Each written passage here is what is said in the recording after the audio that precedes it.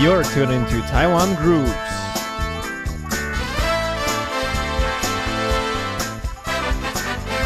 Let's explore the local music scene.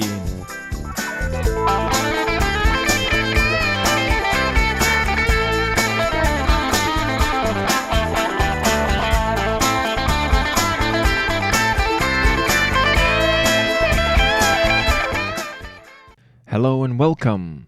You're joining Taiwan Grooves and the second part of interviewing TS and Yo from Wooonta.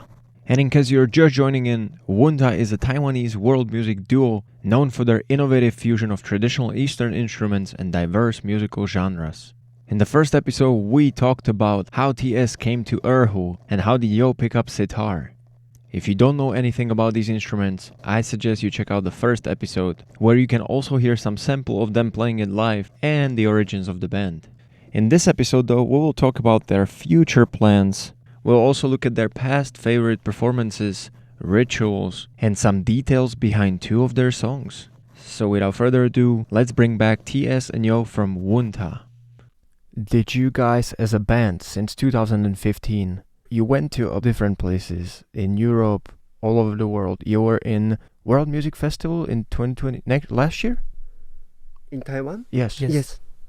Sorry, I missed your performance. I went on, I think I went Friday. You didn't perform on Friday, right? No, not Friday. Okay. We played on Sunday. Saturday. Okay. I interviewed Italian trio, a girl with guitar, Suno Daiere. They were on Friday evening. And there was also like Korean traditional. Yeah. So I interviewed them, and then Saturday I couldn't come. Sorry. But I did see your performance in Day of India. Indian Republic Day. Yes. That was very nice. That's why you're here. I'm Thank you. Happy. So yes, it definitely can sound very rich, and it is very, I would even say, like a little meditative. As a Westerner, I get the feeling of like, this is how Eastern music sounds to me. It's like your sound. Okay, now as a band and as a duo now, what do you think is the biggest challenge or obstacle that you have to overcome when doing your music and your album and working with your band? Yeah, because sitar and erhu, we share the same range of notation, like frequency. We don't have bass sound. We have the kind of like mid to high, and both are not chord instrument, not harmony instrument. Like both are like melodic instrument, and so sometimes it's kind of challenging. Only two instruments and share the same frequency. How we can make wider music or like strong music. That's challenging. I believe like these two instruments, like they're different approach of the music, and what we aim, as I say, it's kind of like Chinese painting. Only two elements, black and white, but we had very different dynamics and depths and lightness. And also we believe this is kind of like embolic. Only two instruments, but we have so many resonance. And also like it's kind of like holding each other and make much richer music than ordinary bass, drum, keyboard, singing, like something. So it's difficult, but there's so much possibility that I believe. Yeah, for you to explore, as you said, is a challenge now without the third person, but doesn't mean it can be done. Do you have I'm pretty sure you have many wonderful memories of performing in different countries, different festivals. Can you recall and share maybe one or two that really, really stand out in your mind? You performed in, let's say, Switzerland, and it was just the most beautiful experience. I think each time we are really enjoying the music, and if we have to choose one, I don't know, always, because when we are in Switzerland or Scotland, after the performance, me and Yug, we go to pub and drink. But after the gig, like we talk about music a lot. But next day we don't remember. You write the biggest piece and then you're like, oh no, I forgot. Yeah, it was like feels so good. It sounded good. Yeah, and drink, and next day, okay, let's play. Yeah, but when we spent time in Switzerland, it was really beautiful experience. Like a beautiful city and beautiful audience. And also we had really nice concert. So that was beautiful experience. And for you, TS, do you have any specific memory? I missed the period in Edinburgh because we stay there for 1 month and play every night. I think that is a good time. Let us get together more and we can play and practice, and finally we have our first album. So I think that is a very wonderful time for us. 30 days of playing every day. Yes. Some bands, you know, if they're not full-time musicians, they can meet maybe once, max twice a week, you know, so like you get very limited time, then people are doing work and all that. 30 days of playing is a very good luxury. Now, how did it feel to have your first album out? Were you satisfied? Were you saying, you know what, let's make a second one right away, or did you relax? For me, our first album, we are so lucky. After the first album, we got Taiwanese Golden Melody Award. It was really, we are so lucky. But for me, making album, it's kind of like already on the process. I mean, like when we are making album, it's like we thought this is the best we can do. But after publish, for me, like it's kind of looking at my high school graduation album. Already, like I find so many mistakes or maybe so many regret. Maybe I could have played better, or maybe I should practice more. So first album, like then we got prize, and I said, thank you so much, but we will do better next time. always, Of course, because you grow. You know, you're better than the first album, I believe, like skill wise. So now you have the third album to do that. Yeah. So now we have so much confidence. Maybe the third one will be the best, but maybe next year, maybe this is okay. Maybe let's make next one. No, it's good. I had a band here who were in their 40s, and you know, I asked them if they think when was their peak, and they said it's right now. So that was good to hear. You know, like a little bolt of confidence, like. The peak didn't exist. It's just always now because that's when you're the best. Right. Could I ask you to maybe pick 1 or 2 songs that you would like to share their story? How did you come to compose it? Did you have any specific inspiration? Was it written for someone? Was it written out of any experience? We often compose song for someone we love. And I have one composition called Samolot. It's Polish, like it's airplane. Because my nephew, he lives in Poland, and he loves airplane. And when I visited him, he was only like 3 or 4 years old. And in Poland, there's a very big, beautiful grass field and many like airplane flying around. So we chase. And then when I look at him, like I composed this song called Samolot.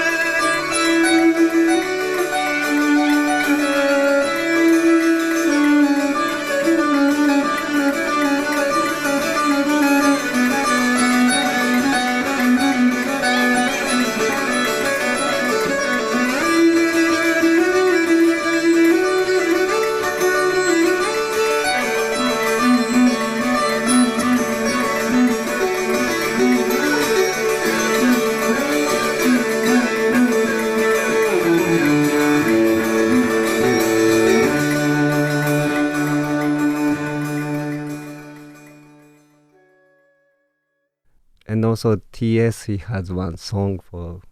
I have a song for my daughter. Her name is Emily. In childhood, she loves to listen it, but now she grows up. She said, "I don't want, I don't want to listen it anymore." You know why? Because Emily is from a French name, and I think when I wrote it from her father's side, I look. She grows up, and many stories in the song. But kind of, she said she feels a little bit sad, French style. But now she listens to K-pop more. So she loves dance music or happy music. So she said, I don't want my Emily listens so sad. It's okay. That's maybe later in life she'll come back to it and appreciate it even more. She said maybe you need wrote one more song for me. More K-pop. Yes.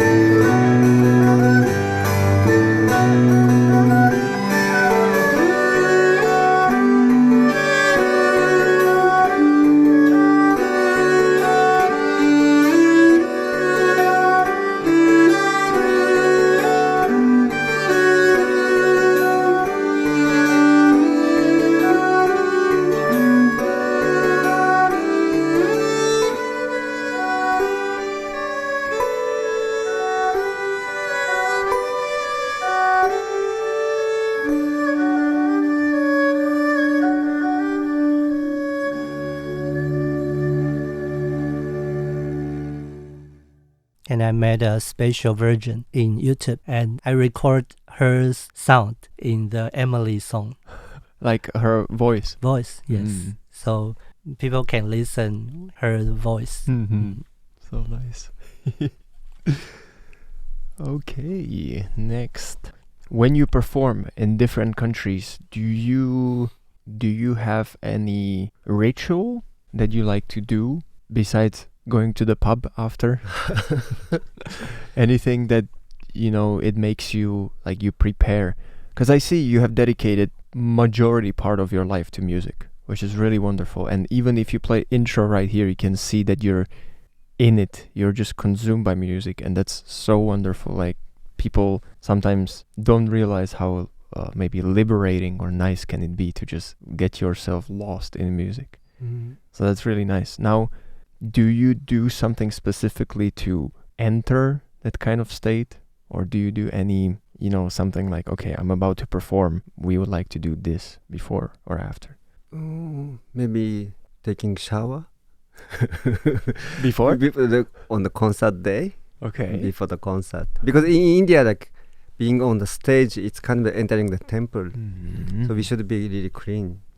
And also, maybe not ritual, but I take off my shoes on the stage. Because, as I said, if I hold instrument, it's already I'm in the small temple. So I should be really clean. And like body also, mentally also. So this is my ritual. But that's all. Like that's great. That's really good. Before, in my classical music world, I feel so serious before we go on stage. So we need to concentrate and be quiet, think about the music we're gonna play. But now we play with Wooonta style. I feel we can just go on stage and let's go for it. Let's enjoy our music. So now I feel freedom and more relaxed on the stage, because that's what our music, and we don't play other guys' competition. So we feel if we play something wrong, we just improvise. And we just think every time when we play live, it's wonderful time. So we just enjoy it. Yes, that's so nice. I mean, as you say, it's your composition after all. So when you make a mistake, you say, that's how it's supposed to be. Yes. Nobody can argue with that. Yes. Yeah, I was going to ask if your live version does differ a lot from your recordings. Like, do you sometimes just, do not completely different, but there's a part and you do it quite different and you improvise, and then you look at each other like, hey, what are you doing? Just follow me. Okay. We often, because we play together for a long time. So we know, like, we have like good mochi. So sometimes TS play something different. I said, what? Maybe 1 second. I said, why? But maybe, okay, then I follow you. So it's very natural for us. Just like trying to throw a little, like, wood under someone's legs, or, like a little trap. And then he's like, no problem. Do you have, as you said, I believe now in this stage, you are all about creating something special, sharing the music with the world, perhaps seeing a part of the world. Is there any other plan that we haven't mentioned for Woonta in the future? What would you like to achieve, accomplish? Do you have a little, like, a goal? Like, we would like to be performing here. We would like to have 5 albums. I don't know, anything. Yeah, like we should make new album this year. This is the first priority. But also from this year, we want to go more Europe or abroad, not only in Taiwan, because we believe this kind of music has, our audience will be in the Europe. I think they will appreciate our music more. And also we want to meet more people through the music. Okay, so have you played in America or in India a lot? Not America, but India, we never been. I used to live in India. I hope like one day I can bring the like Woonta to India and share. It's not showing like what we are doing in India. Like I want to like thanks to India, this is what I learned from you, and I'm like sharing back to you. Exactly. Like this kind of feeling. Exactly. With some extra flavor of erhu. Because I had a Czech guy who plays bouzouki. Have you ever heard of this? Yeah, it's a Greek old ancient instrument. And he said also like he put a little twist on it, like for modern dub bouzouki or something. And he was like, okay, so what if they will be very angry that what I'm doing to their ancient instrument? But I feel like you're kind of paying a tribute, that you're taking what you learned from them and you're showing them like, look, I am using your knowledge, culture to create something a little different. So I'm pretty sure if somebody did that with my country and my instrument, I would be like, wow, that's amazing. Yeah, because we try to make something new, but it's not like doing something eccentric or like out of the tradition. Yes. We learn traditional music. Yes. And we digest and present. Yes. So, so I'm pretty sure you'll be very welcome in India. I hope one day. So if any of our listeners would like to invite Woonta, send us an email. Please. They'll be there. Okay. This is going very well. I think I have very last question for you guys. Do you have any golden piece of advice that your teachers told you that you would like to pass on to other musicians, or maybe your past self, if you could talk to your high school you? Don't go to India. For me, like my teacher said, always you put music in front of you, not you first. Try to not put ego in music. Like let music take you. So like always put music in front of you and let you lead into the music. So this is what always my teacher is telling me. And I try to do on the stage, but it's really difficult. Maybe sometimes like we want to play better. Maybe this melody or this improvisation is cool. This kind of ego comes, then it's like there's no music. So it's kind of like meditative, like spiritual things, but try to be nothing. Just let music go. This is like the word from my teacher. Wonderful. T.S., any words of wisdom? I feel I just follow the feelings to create or play our music. Before, I feel in the classical way, we need to play every notes exactly 100% right. But now we create our own language, and every time we play, we just share our music and just like a dialogue. So I feel now I started to enjoy music more. Yes. This is the like this feeling. Maturity, going beyond just reading tabs and sheets, just a step above. Thank you. Very nice talking to you. Would you mind do a little jam as the outro for the listeners? Anything. It can be a song, it can be anything.